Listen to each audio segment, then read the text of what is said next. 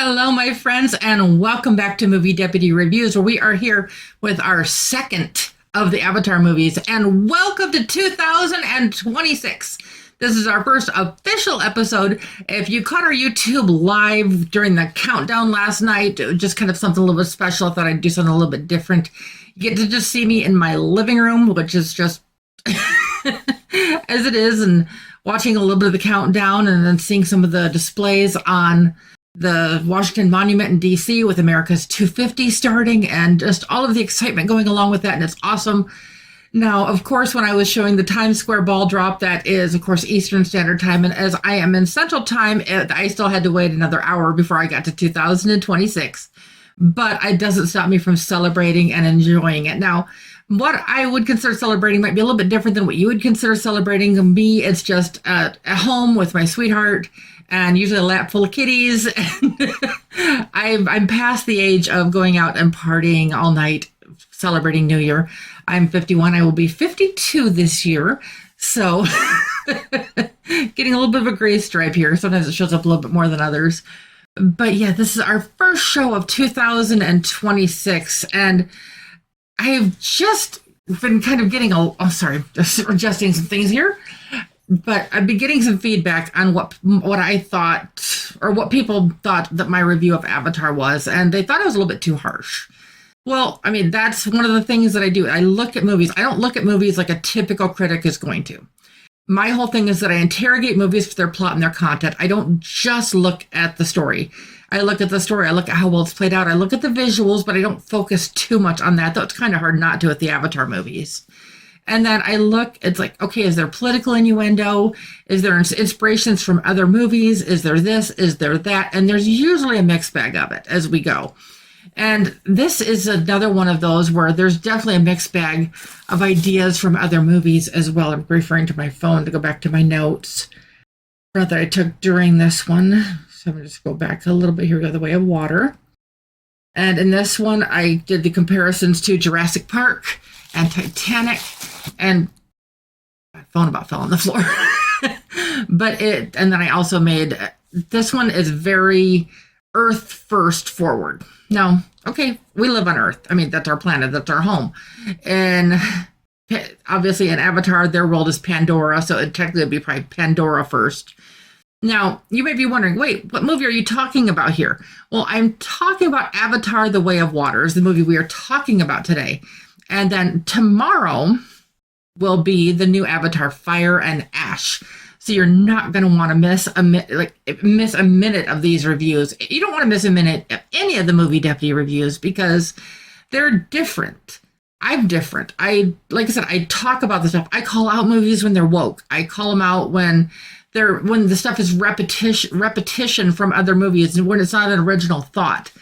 Which, I mean, Hollywood doesn't have many of those anymore. And then I've kind of been mixing this in, especially with this being our first show of 2026.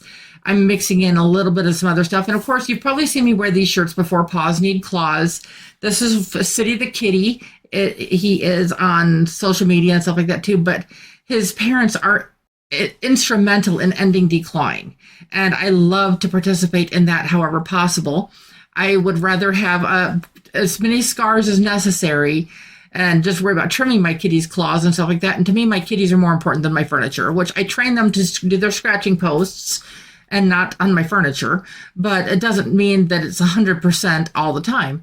So, and the fact that I have 7, which I'm sure you got to meet a couple of them on my last program because Quincy and Zarina were being kind of strange creatures as usual.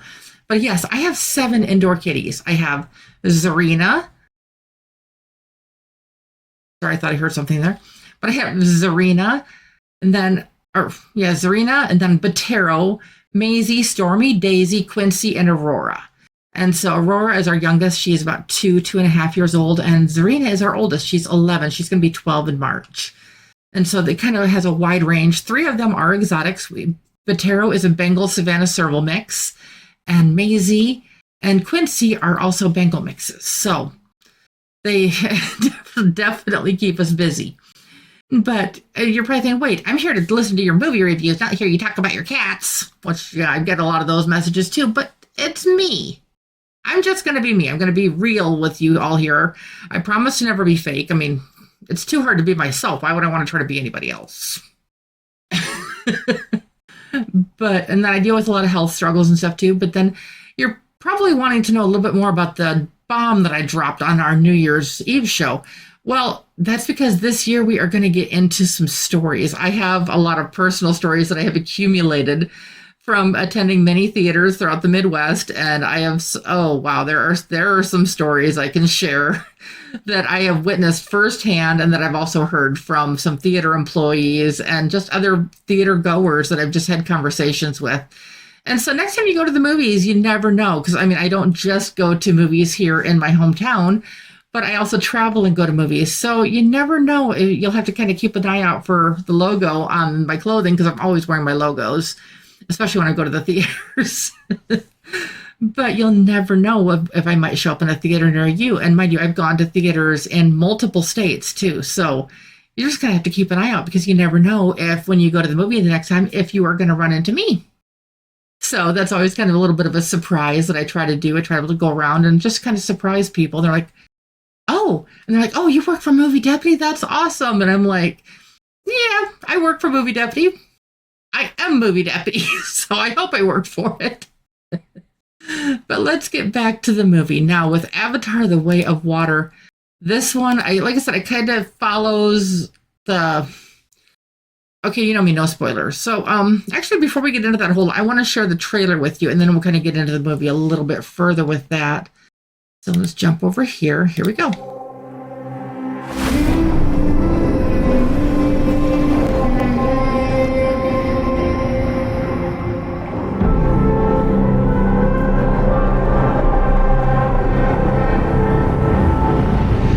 There is just something so peaceful about like this part of the movie when they're in the water. I absolutely love going snorkeling, and I used to go scuba as well, but with some of my health issues, snorkeling is safer. So, but yeah, being down in the water and just witnessing the life that's in front of you and all of the beauty and everything that's under the water that a lot of people don't realize is there. They just see the water and they see the ocean, but they don't realize exactly how beautiful it is underneath the surface of the water. And we get to really see a lot of that in this movie. Very peaceful.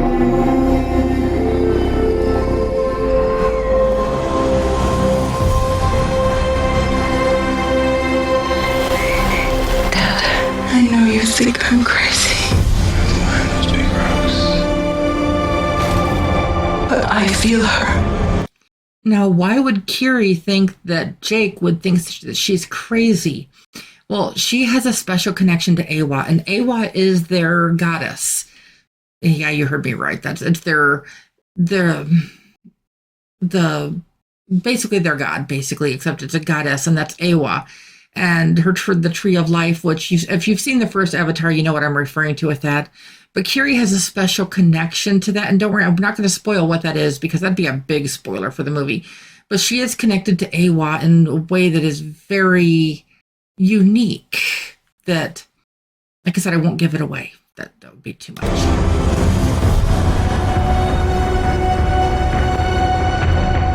I hear her heartbeat. She's so close.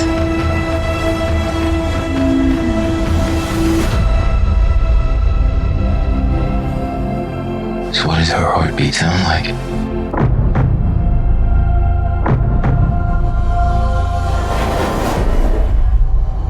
Mighty.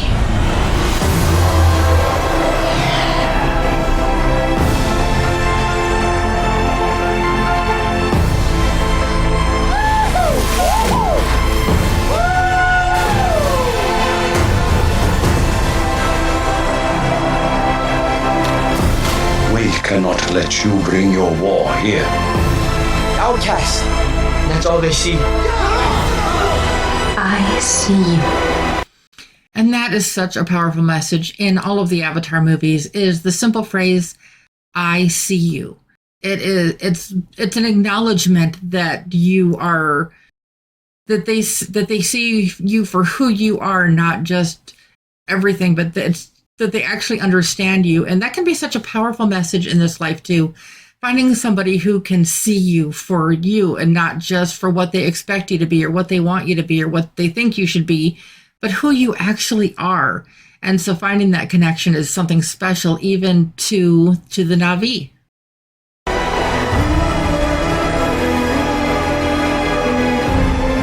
The way of water connects all things. Before your birth and after your death. This is our home! I need you with me. And I need you to be strong.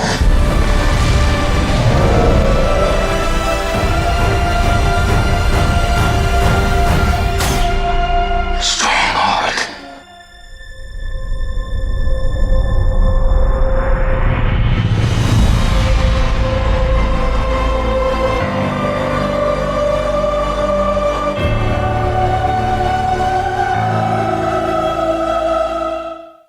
Now, I'm also noticing a theme between all of the Avatar movies as they're all coming out in that same part of December. Like the first one, I think, was December 18th of 2009 when it came out. This one was December 16th of 22. And then our new one was December 18th of 2025. So there's definitely a theme. And then James Cameron is even talking about there being two more. So another, a fourth and a fifth Avatar. And I mean, each of these movies is like in excess of 3 hours long. I mean, they're 2 to 3 in that range somewhere, but they are intensely long. And the stories are actually strong enough that they carry through a lot of that, which is kind of surprising because typically when you get into a story that is that lengthy, it's like at times you're going like this, or you find yourself like even during the theater, like, or at least I see a lot of other people doing that. I see a lot of other people who kind of get distracted and stuff during the movies and just get sidetracked and start messing around with their phones, scrolling social media. And when a story is good enough that it carries through, that it does not need that, where you're just like waiting for the next thing to happen on the screen and you're just kind of watching and you don't want to get up from your seat and you're like doing the pee dance sometimes just because it's like, gotta get up and go to the bathroom, but you don't want to miss a minute of the movie. And you just kind of get so excited and so into it. And there is so much to these movies that you want to do that, but all of the excitement, everything that was building to between the Navi and the sky people, aka the humans, or the pink skins, how they're referred to in this one. But it's the whole building of trust and the building of that relationship and seeing how that goes. And like in the first movie, they were after the minerals, and what kind of happens at the end of the first one, like, and I won't spoil it, but basically it forces Jake and the neytiri and their kids to make a difficult decision that they have to go somewhere else. And that's kind of how they go from being in the part of Pandora that they know and love in the land, and they have to go to basically where they're living in basically like a water type world. And it's not a different world. It's like an island area, but it's all surrounded by water, and the whole thing is surrounded by water. And initially those people don't accept them. And so they have to go and experience a whole new environment on Pandora. And it's about surviving, protecting their loved ones, learning to live with people different from you. And it's so different. But the family bond is so unique, not just in the family with Jake and neytiri, but then it's also a breakdown of tensions and stuff in their own family, because the Navi, and including neytiri, hate the sky people like with a passion. And with Jake being basically, he's still human inside. I mean, he's Navi on the outside, but inside he's still human. So how does their relationship play out? And this kind of battles with that too. And then you have Kiri, their daughter, who's not actually their daughter. She's actually Grace's daughter, but then there's a special connection to eywa that, like I said, I will not spoil that by giving that away because that would be huge. But there's a bunch of twists and stuff that happen. But the whole Jurassic Park and Titanic thing, the Jurassic Park is with the creatures that you see. If you were sitting here watching the trailer with us here on YouTube, then you got to see these absolutely beautiful creatures and stuff under the water. And they're almost Jurassic Park-like. And then you see these creatures that they're still flying on, and the banshees and some of these other creatures that you see that they're almost dinosaurish. And so there's definitely inspirations that you see from Jurassic Park and from science and things like that have happened. But then at one point in the movie, they're dealing with a sky person ship, so basically an alien ship, and it ends up like kind of being in the water and going underwater, and they're kind of getting trapped in the water in the ship as it's sinking. Sound familiar? AKA Titanic. Well, it's James Cameron. So there were very clear scenes that it's like it's like, okay, copy paste, except take out Rose and Jack and just insert like the different Navi individuals. I won't spoil who is in the ship as that's happening, because that's kind of a major point. And no spoilers ever. You'll never have to worry about spoilers here. So we are good there. But yeah, because this is just, honestly, I wanted to give these movies such a higher score. The stories are beautiful. The scenery is beautiful. What was done with the first Avatar with CGI had never been done before, and they follow that through into The Way of Water, and it is stunning. It's absolutely stunning. It's impossible to watch these movies and not just be absolutely agape with just the sheer awe of what you're realizing is what has happened on screen. Is you're watching that as the viewer, and you're obviously, I know it's a movie and things like that, but what had to come together to make this that intense was just wow. And the first movie and this movie, they're just beyond anything that you could imagine. Now, as you probably realize, or if you remember, I gave the first one a 7.25 out of 10. And honestly, I really, at least for these first two, I really wanted to give them both in the 8s. Easily in the 8s. And I didn't really talk about this much on the last one, so my apologies. But why didn't I give it a higher score? And you notice I'm kind of dancing around what I gave this one. This one I'm also giving it an innocent rating to. I don't think I needed to put a guarded innocent rating on this one, but this one I am giving innocent to. But score-wise, I ended up quite a ways from the first one because, like I said, when I look at the stories, like I was explaining, I don't just look at the story. I don't just look at the graphics. I look at the tone of the story. I look at the political innuendo. I look at like all of these things that are happening on the screen at the same time. And so I can't just look at the story. I can't just look at the graphics. I have to look at the whole thing as it's put together. And this one is unmistakable. There's a lot more politics in this one than what needs to be. Now, I understand Cameron with his position. He wants to put his beliefs into the movies. And I completely understand that. If I was a filmmaker, I would probably do the same thing. Obviously, not the exactly same thing because we're not on the same page politically at all. I am a strong constitutional conservative. So anything of like the socialist type or just liberal agenda and all of these Earth first, Pandora first ideas and just so much of the stuff that's happening on and the racism innuendos and and again, the whole thing with the Native Americans, aka the Indians, the references and stuff. And obviously they're not referenced directly, but I mean, you get the gist as the movie goes on. And so I have to weigh all of that out when I'm really looking at the deputy scale. Now, like I said, personally, just based on the story and the visual, if it was just that, if they left the politics out of this, which you may be, it's like, could they have left the politics out of this? Absolutely, they could have. This one, it's so much more emotional. They could have played on that. They really could have just gone down that path with this. And like in the first one, there was a little bit of that political innuendo, but not as much as like what we have here. And not as much as what we have. It continues into the next one as well. So where does that put me on this? Where does that put Avatar: The Way of Water on the scoreboard?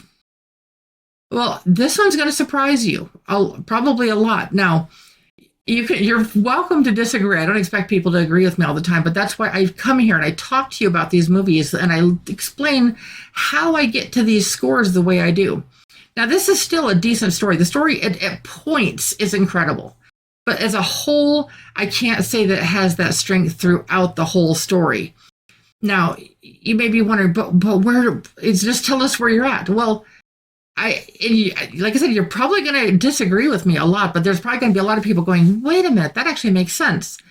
I am giving Avatar: The Way of Water just a 5.5 out of 10 on the deputy scale. Now you may be thinking, wait, what? But this is, like I said, I look at how it all mixes together. There are people thinking these are the best movies ever, and that's fine. You're more than welcome to that opinion. But that doesn't mean that that's the same for everyone. And some people are going to watch something like this and they're going to get up and walk out because just some of those innuendos and some of those little pieces of the story that are blended in there that don't really belong. And these movies have such promise that, like I said, if they can take the entire story, the entire movie, cut maybe a half hour, 40 minutes out of it to where it's still 2.5 hours long, and take out all of the blatantly political innuendos, these movies would be so much better. And you may disagree with me, and that's fine. But I also know I'm going to have a niche of audience that's going to go, wait, that actually makes sense, because I get a lot of messages regarding that of like, I thought this, but then you said this, and I never thought of it that way before. And I'm not here to change your mind. I'm just here to share with you what I think of the movies based on purely the deputy scale, of course, which I created. But I have to stay true to that, even when I personally disagree with this a little bit. So I hope that this helps. I hope if you have not seen this yet, that you will watch it with fresh eyes. I hope even if you've watched it, that the next time you watch it again will be with fresh eyes, with maybe a little bit of a different perspective on some of those scenes as this goes on. This is a lot more emotional. It's a lot more it's a much smaller story expanded to a much larger idea. So, like I said, I hope that this helps at least a little bit. So, if I have maybe inspired some thought, if I have upset you, if I have made you smile, any of the above, I want you to make sure and you hit subscribe and turn on those notifications so that you always get the latest and greatest Movie Deputy content. This will be here on our YouTube channel, and of course it will be anywhere where you listen to podcasts as well. We are taking a hiatus from Rumble. Feel free to go back a couple episodes, and I kind of explained that a little bit more. And then we're going to be launching our stories soon, so you don't want to miss out on that, because those are going to be a lot of fun. So as always, I will be back tomorrow to talk to you about Avatar: Fire and Ash. But until then, have a great day, guys. Bye-bye.